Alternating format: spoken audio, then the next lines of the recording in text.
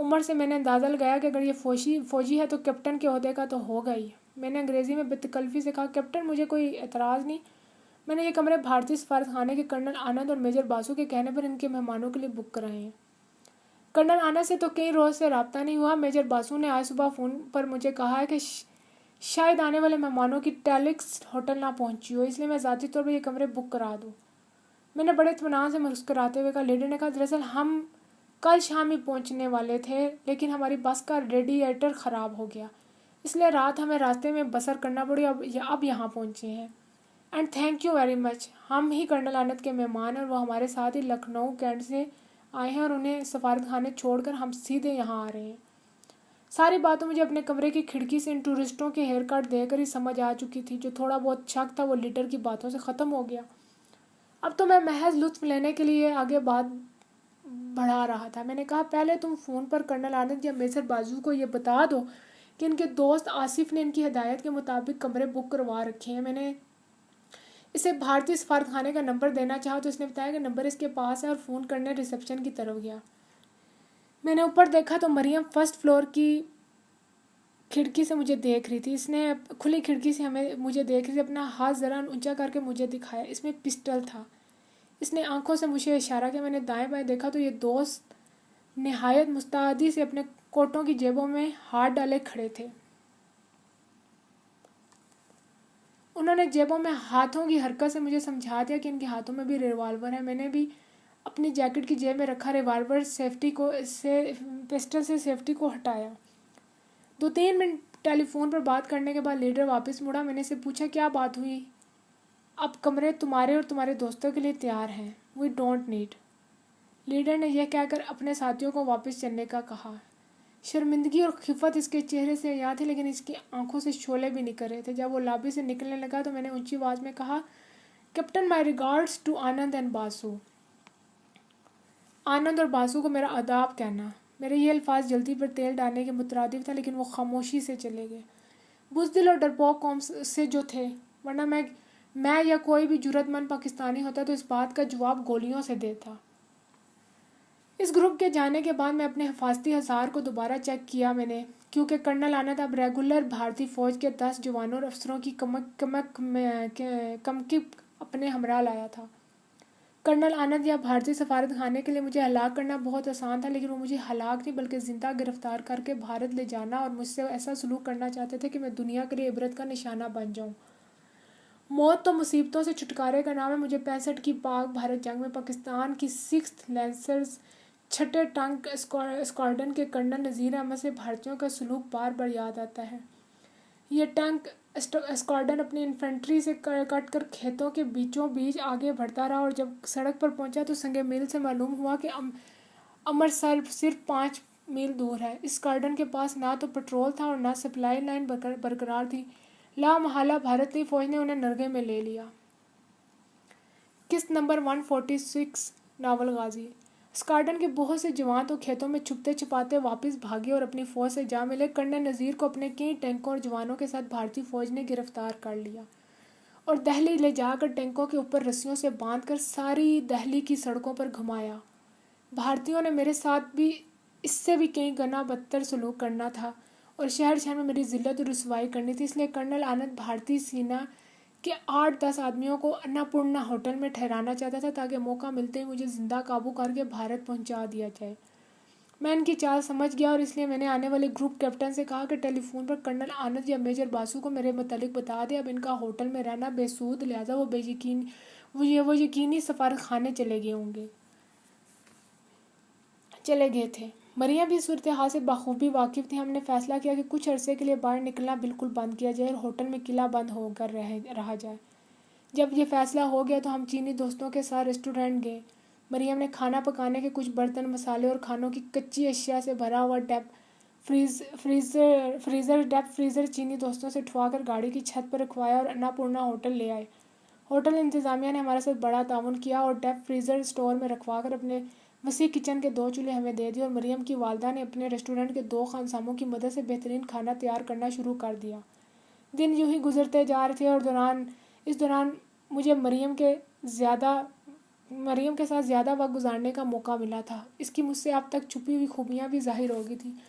وہ وعدے کی از حد پابند، کسی حال میں بھی جھوٹ نہ بولنے والی، انتہائی وفاشار اور اپنے مرد کو خود پر فوقیت دینے والی ناڈر اور جرأت مند عورت تھی۔ قربانی اور خدمت کا جذبہ اس میں کوٹ کوٹ کر بھرا ہوا تھا۔ مدھم آواز میں گفتگو کر کے وہ اپنی نسوانیت کا اظہار کرتی، میری کسی بھی بات پر بھی وہ صرف مشورہ دیتی اور اپنی بات منوانے کے لیے بحث یا ضد نہ کرتی۔ میرے سوا کسی مرد سے آنکھیں ملا کر بات نہ کرتی اور میری ذرا سی شوخ بات پر اس کا چہرہ حیا سے فوراً سرخ ہو جاتا۔ میں سوچتا تھا کہ دیر ہی صحیح، لیکن میری تصورات کے عین مطابق مجھے زندگی کی ساتھی مل گئی ہے۔ اتنے قلیل وقت میں ہی وہ میری زبان سے بھی نہیں بلکہ میری آنکھوں سے اور چہرے کے اتار چڑھاؤ سے میرے دل کا حال سمجھنے لگی۔ ہم گھنٹوں اکٹھے بیٹھے آئندہ زندگی کے پروگرام بناتے رہتے، لیکن تقدیر ہمارے مستقبل کے سہانے خوابوں اور تعبیروں پر خندہ تھی اور آخر کار 28 اپریل کو منحوس دن آ گیا۔ صبح ہی ریسٹورنٹ کے چوکیدار نے آ کر بتایا کہ وہ ٹرک جس میں ریسٹورنٹ کے لیے تازہ جھینگوں کا کنٹینرز لدا ہوا تھا، کٹھمنڈو سے 17 کلومیٹر کے فاصلے پر ایکسل ٹوٹ جانے کی وجہ سے رکا ہے اور جھینگوں کو تازہ رکھنے کے لیے برف پانی بن کر کنٹینر سے بہہ رہی ہے۔ مریم نے کہا کہ اگر ساری برف پگھل گئی تو جھینگیں خراب ہو جائیں گی۔ اس نے مجھ سے خراب ٹرک تک جانے اور کنٹینرز لانے کی اجازت مانگی۔ میں نے کوئی حرج نہ سمجھتے ہوئے اسے اجازت دے دی اور اس کی حفاظت کے لیے 2 چینی دوست اور 4 گورکھ اپنے وین میں ہمراہ بھیج دیے۔ کنٹینرز رکھنے کے لیے میں نے ہوٹل کی پک اپ بھی کرائے پر لے لی۔ مریم کے ساتھ اس کی والدہ بھی گاڑی میں بیٹھ گئیں۔ یہ تینوں گاڑیاں تقریباً 10 بجے روانہ ہوئی اور اندازے کے مطابق انہیں دوپہر 3 بجے تک واپس آ جانا چاہیے تھا۔ اس روز صبح ہی سے میرا دل بلا وجہ بے چین تھا، دل پر انجان سا بوجھ تھا۔ 3 بجے تک جب گاڑیاں واپس نہ آئی تو میری بے چینی بڑھ گئی۔ میں بار بار کمرے کی کھڑکی سے باہر جھانکتا اور مایوس پلٹ جاتا۔ یوں ہی 4 بج گئے اور مجھے اب تک انتظار کی مزید تاب نہ تھی۔ میں نے رکشہ لیا اور شیر پنجاب ریسٹورنٹ جا کر ہرنام سنگھ کی گاڑی لی اور اس سڑک پر تیزی سے چل دیا جدھر مریم گئی تھی۔ کٹھمنڈو چونکہ اونچے پہاڑوں میں گھری وادی میں واقع ہے، اس لیے سورج 10 بجے ہی دکھائی دیتا تھا اور 4:30 بجے تک نظروں سے اوجھل ہو جاتا تھا۔ جلد ہی سڑک وادی سے نکل کر پہاڑی تک پہنچی اور چڑھائی شروع ہوئی۔ جگہ جگہ تنگ اور خطرناک موڑ تھے۔ میں پورا ایکسیلیٹر دبائے اندھا دھند گاڑی چلائے جا رہا تھا۔ ایک موڑ کے بعد مجھے اگلے موڑ کے قریب اپنی وین اور پک اپ کھڑی نظر آئی، لیکن مریم کی گاڑی وہاں نہ تھی۔ خدشات نے یکدم سر ابھارا۔ میں ان گاڑیوں تک پہنچا۔ چند لوگ سڑک کے کنارے کھڑے گہری کھائی میں جھانک رہے تھے۔ میں نے دیکھا تو مریم کی گاڑی سینکڑوں فیٹ گہرائی میں الٹی پڑی تھی۔ مجھے کسی سے کچھ پوچھنے کی ضرورت محسوس نہ ہوئی، سب کچھ سمجھ آ گیا۔ میں کھائی میں اترا اور دوڑتا پھلانگتا گرتا پڑتا گاڑی تک پہنچا۔ چینی دوست اور 4 گورکھے گاڑی کو سیدھا کرنے کی کوشش کر رہے تھے۔ چینیوں نے مجھے دیکھا تو سر جھکا لیا۔ گاڑی کے اندر مریم اور اس کی والدہ کے بے جان جسم پڑے تھے۔ گاڑی کا اسٹیئرنگ اس کے سینے میں دھنسنے سے اس کا خون بہہ کر اس کے لباس سے ہوتا ہوا اس کے چہرے پر پھیل چکا تھا۔ یہی حالت اس کی والدہ کی تھی اور میرا دماغ بالکل معطل ہو چکا تھا۔ نہ تو میرے منہ سے کوئی لفظ نکلتا تھا اور نہ ہی آنکھوں سے آنسو۔ بس ایک ہی دھن تھی کہ مریم کو اس موت کے پنجرے سے باہر نکالوں۔ میں نے جیب سے نوٹوں کی گڈی نکالی۔ مجھے یہ بھی پتہ نہ تھا کہ یہ 10 کے نوٹ تھے یا 100 کے۔ میں نے ایک گورکھے چوکیدار کو گڈی دی اور اسے اشارے سے کہا کہ اوپر سڑک پر کھڑے لوگوں کو بلاؤ۔ گورکھے نے بلند آواز سے اوپر والوں کو پکارا اور گڈی دکھائی۔ اوپر کھڑے 5-6 آدمی بھاگتے ہوئے نیچے آئے اور سب نے مل کر گاڑی کو سیدھا کیا۔ گاڑی کے دروازے چھت آگے اور پیچھے کی باڈی پچک چکی تھی۔ سڑک سے یہاں تک پہنچتے ہوئے گاڑی معلوم کتنی بار الٹی سیدھی ہوئی ہوگی۔ بڑی مشکل سے ان لوگوں نے دروازہ کھولا۔ میں نے بڑی آہستگی سے مریم کے بے جان جسم کو باہر نکالا۔ قسط نمبر 147۔ اس کا جسم میرے ہاتھوں پر تھا اور میں اس کے خون سے بھرے چہرے پر اپنا چہرہ رگڑتا جا رہا تھا۔ اسی طرح ہاتھوں میں اسے اٹھائے میں آہستہ آہستہ چڑھائی چڑھتا گیا۔ سڑک پر آ کے میں نے مریم کو پچھلی سیٹ پہ لٹا دیا۔ میرے دونوں ہاتھ، چہرہ اور لباس مریم کے خون سے سرخ ہو رہے تھے۔ مجھے اس وقت کسی اور کا خیال تھا نہ پرواہ۔ میں نے گاڑی سٹارٹ کی اور اسے تیزی سے چلاتا کشمیری مسجد کے سامنے فصیح کے گھر کے کمپاؤنڈ میں گاڑی لے گیا۔ کمپاؤنڈ میں بچے کھیل رہے تھے۔ میں گاڑی سے اترا۔ خون سے لتھڑے میرے چہرے اور ہاتھوں کو دیکھ کر بچے خوف سے چیختے ہوئے گھر کی طرف بھاگے۔ گورکھا چوکیدار بھی بچوں کی چیخیں سن کے میری طرف آیا، لیکن میرا حلیہ دیکھ کر دور ہی سے رک گیا اور اپنی ککڑی نکال لی۔ میری کیفیت ایسی تھی کہ کھکڑی تو کیا چیز، دنیا کا مہلک ترین ہتھیار بھی مجھے میرے ارادے سے روک نہیں سکتا تھا۔ میں نے برآمدے میں لگی کال بیل مسلسل بجانی شروع کی اور ہاتھ اس وقت تک نہیں ہٹایا جب تک فصیح باہر نہ آ گیا۔ میرا حلیہ دیکھ کر وہ چونک اٹھا اور سمجھا کہ میں زخمی ہوں۔ کہنے لگا تمہیں ڈاکٹر کے پاس لے چلتا ہوں۔ یہ کہہ کر وہ پلٹا تو میں نے اس کے بازو کو زور سے پکڑا اور کہا، فصیح صاحب مجھے ڈاکٹر کی ضرورت نہیں، میری حقیقت اور اصلیت کو آپ یقیناً جانتے ہیں۔ بڑی سے بڑی مصیبت اور تکلیف کو میں نے ہنستے اور ہمت سے جھلایا۔ میں کبھی بھی کسی کی رحم کی میں نے بھیک نہیں مانگی، لیکن آج آپ کے سامنے بے یار و مددگار اور لاوارث شخص کھڑا ہے۔ میں ایک زندہ لاش ہوں جس کی روح ایک بے جان جسم کی صورت میں گاڑی کے اندر پڑی ہے۔ آپ سے مدد کی بھیک مانگتا ہوں، مجھے مایوس نہ کیجیے گا۔ فصیح صاحب آنکھیں پھاڑے میری بات سن رہا تھا۔ فصیح صاحب جب مریم میری زندگی میں تھی، میری روح تھی جو مجھ سے ہمیشہ کے لیے جدا ہو چکی ہے۔ آپ کے سوا مجھے کوئی دکھائی نہیں دیتا جو مجھے لاوارث کی مدد کرے اور میری لاوارث مریم کے کفن دفن کا انتظام بھی کرے۔ میں آج اور جلد از جلد اس کے زخموں سے چور جسم کو اس کی آخری آرام تک پہنچانا چاہتا ہوں۔ فصیح نے چنگوا ریسٹورنٹ میں مریم اور اس کے میرے ساتھ کرب کے متعلق یقیناً بہت کچھ سن رکھا تھا، کیونکہ تقریباً سبھی مہاجروں کو اس بات کا علم تھا اور فصیح کے ہاں ان کا اکثر آنا جانا تھا۔ فصیح نے مجھ سے صرف یہ پوچھا کہ یہ کیسے ہوا۔ میں نے جواب دیا، کار ایکسیڈنٹ۔ فصیح چند لمحے خاموش رہا اور پھر بولا، اب یہ سب میری ذمہ داری، میں فوری سبھی انتظامات کرتا ہوں۔ یہ کہہ کے وہ گھر کے اندر مستورات کو بتانے اور مریم کے سفر آخرت کے انتظام کرنے کا کہنے چلا گیا۔ میں گاڑی کی جانب آیا اور مریم کا سر اپنی گود میں رکھ کر نامعلوم کیا کچھ کہتا رہا۔ کیا سوال میں نے اس سے نہ کیا، لیکن میری آنکھوں کے اشارے سمجھنے والی اور گھنٹوں مجھ سے باتیں کرنے والی مریم اب تو نہ آنکھیں کھول رہی تھی اور نہ ہی میرے کسی سوال کا جواب دیتی تھی۔ آج صرف یک طرفہ گفتگو ہو رہی تھی۔ میں نے اس کے چہرے سے خون کو صاف کرنا چاہا تو یوں محسوس ہوا جیسے وہ کہہ رہی ہو، یہ خون صاف نہ کرو اور اس خون کے ساتھ کان لگا کر سنو، ہر بوند سے تمہارا ہی نام نکل رہا ہے۔ میں اسی کیفیت میں نہ جانے کتنی دیر مریم سے باتیں کرتا رہا کہ فصیح کی آواز نے مجھے اپنی طرف متوجہ کیا کہ کئی عورتیں ایک چارپائی اور بستر لیے کھڑی تھیں۔ میں نے مریم کے جسم کو اٹھایا اور بڑی احتیاط سے بستر پر لٹا دیا۔ اس کے ابھی زخم تازہ تھے اور ذرا سی بے احتیاطی سے ان میں درد اٹھ سکتا تھا، جیسے میں ایسا محسوس کر رہا تھا۔ میں نے اس کے ماتھے کو کئی بار چوما۔ فصیح نے کھینچ کر مجھے الگ کیا اور کہا کہ جب تک میت کو غسل دیا جائے گا اور نماز جنازہ ہوگی تب تک قبرستان میں قبر بھی تیار ہو جائے گی۔ اس نے مجھے اپنے کپڑے لا کر دیے اور کہا، غسل کر کے یہ کپڑے پہن لو تاکہ نماز جنازہ میں شرکت کر سکو۔ قارئین، آج 23 سال کے بعد یہ لکھتے ہوئے میرے زخم پھر تازہ ہو چکے ہیں اور ان سے خون رسنے لگا ہے۔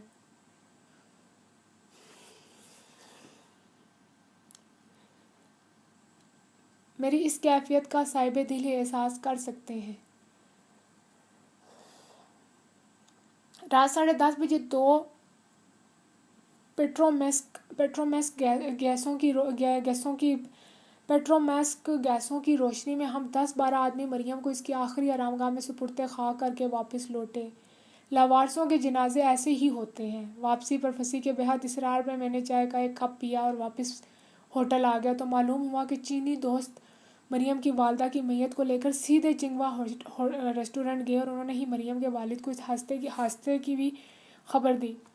مریم کا والد بھی اپنے گھر چلا گیا تھا۔ دوسرے ہی روز مریم کی والدہ کو بھی مریم کے پہلو میں دفن کر دیا گیا۔ مجھے بار بار ایک ہی خیال آتا تھا کہ مریم کار حادثے میں ہلاک نہیں ہوئی بلکہ اسے زہر کے انجیکشنوں سے ہلاک کیا گیا ہے اور اسے یہ انجیکشن دینے میں ہر اس مجاز اتھارٹی کا ہاتھ تھا جو کھٹمنڈو میں میرے قیام کو بلا وجہ طویل تر کر رہے تھے۔ کبھی میرا دل یہ کہتا کہ شاید شادی کے بعد مریم کا رویہ مجھ سے بدل جاتا یا اس کے لیے میرے جذبات اور محبت میں وہ شدت نہ رہتی جو اب تھی، اور قدرت یہ چاہتی تھی کہ ہم دونوں اس وقت جسمانی طور پر ایک دوسرے سے جدا ہوں۔ جب ہماری محبت اور جذبات کی شدت انتہا پر ہو، مریم تو چند لمحوں کی تکلیف سہ کر ہمیشہ کی آرام کی نیند سو گی، لیکن میں بدبخت اس کی یاد میں آج تک جلتے کوئلوں پر سلگ رہا ہوں۔ اس معاملے میں قدرت واقعی اس پر مہربان تھی۔ 30 مئی کو مریم کے والد کے گھر میں دونوں ماں بیٹی کے کل ہوئے، جس میں مہاجروں کی خاصی بڑی تعداد کے علاوہ فصیح کے گھرانے کے سبھی مرد شریک تھے۔ سب مجھ سے اور مریم کے والد سے تعزیت کر رہے تھے اور ہم دونوں ایک دوسرے کی کھوئی نظروں سے ایک دوسرے کو دیکھنے اور تسلی دیتے تھے۔ میں نے چینی دوستوں اور گورکھے پہرے داروں سے حادثے کی تفصیلات پوچھی۔ قسط نمبر 148 ناول غازی۔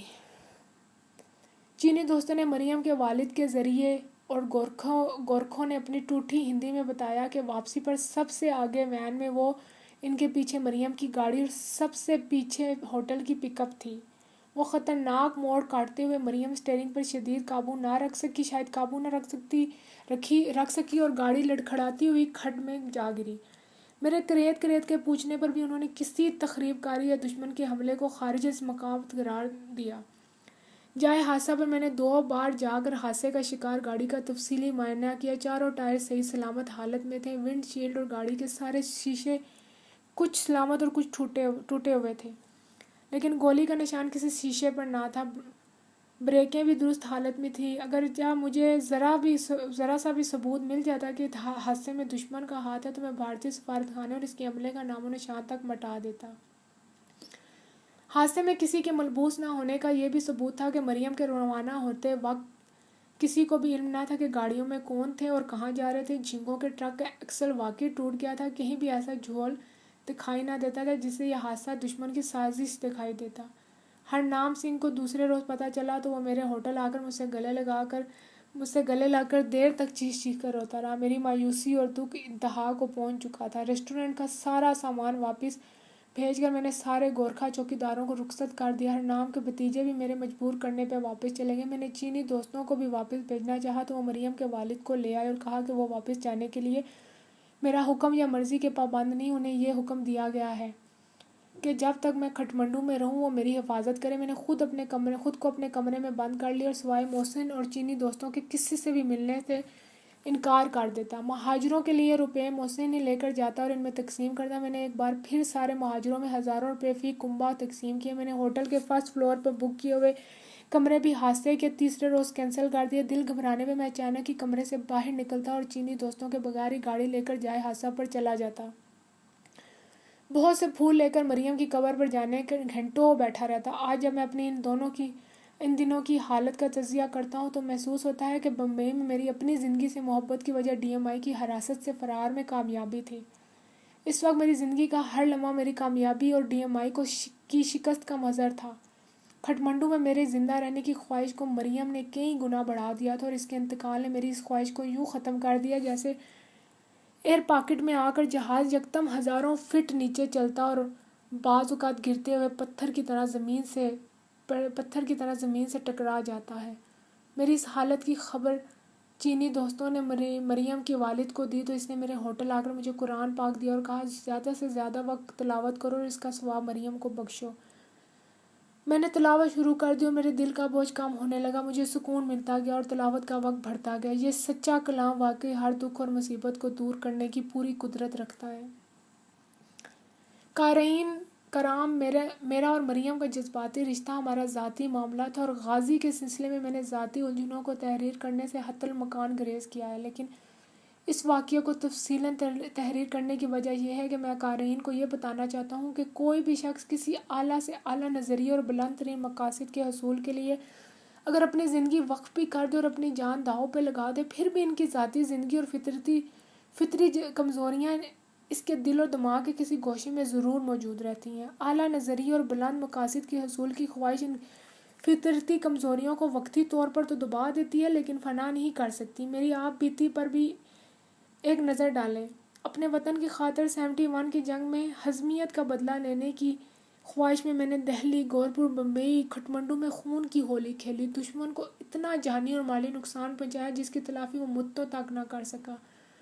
میرے پیش نظر صرف پاکستان کا دشمن بھارت اور ازلی مکار اور چالاک بھارتی ہندو تھا جس نے ہمارے نازک وقت میں جسے ہمسائے کی طرح ہماری مدد کرنے کی بجائے موقع غنیمت جانتے ہوئے ہم پر کاری وار کیا تھا۔ لیکن جب مجھے ذاتی صدمہ پہنچا تو دکھ اور درد کا اندازہ ہوا۔ لیکن آج پاکستان میں کیا ہو رہا ہے؟ ایک خدا، ایک رسول صلی اللہ علیہ وسلم اور ایک قرآن کے ماننے والے پاکستانی مسلمان ایک دوسرے کا بے درہ خون بہا رہے ہیں۔ کیا یہ خون بہانے سے پاکستان کے دشمن کم ہو رہے ہیں؟ ہر روز بے گناہ معصوم بچے، ضعیف بوڑھوں اور بھرپور جوانوں کی لاشیں اٹھائی جا رہی ہیں۔ میں نے تو دشمن ملک میں ہندو شہریوں کی بھی جان لینے سے اعتزاز کیا، لیکن آج اپنے ملک میں درندگی کی جو لہر اٹھی اسے کوئی شہری محفوظ نہیں۔ صوبائیت، لسانیت اور مسلک کی آڑ لے کر ہمارا ازلی دشمن بھارت ہمارے ذہنوں پر اس قدر حاوی ہو چکا ہے کہ ہم محض کٹ پتلیاں بن کر رہ گئے ہیں جن کی تاریں بھارت کے ہاتھ میں ہیں۔ 65 کی جنگ میں ایک نقطے پر جمع ہونے والی قوم آج بے شمار مصنوعی داروں میں محصور ہو کر رہ گئی ہے۔ دنیا بھر کے لیے ہم ایک تماشا بن کر رہ گئے ہیں۔ پاکستانیوں کے لیے آج پاکستان کی مساجد، عوام بارگاہیں، اسکول، سڑکیں، غرض ہر جگہ غیر محفوظ ہو چکی ہے۔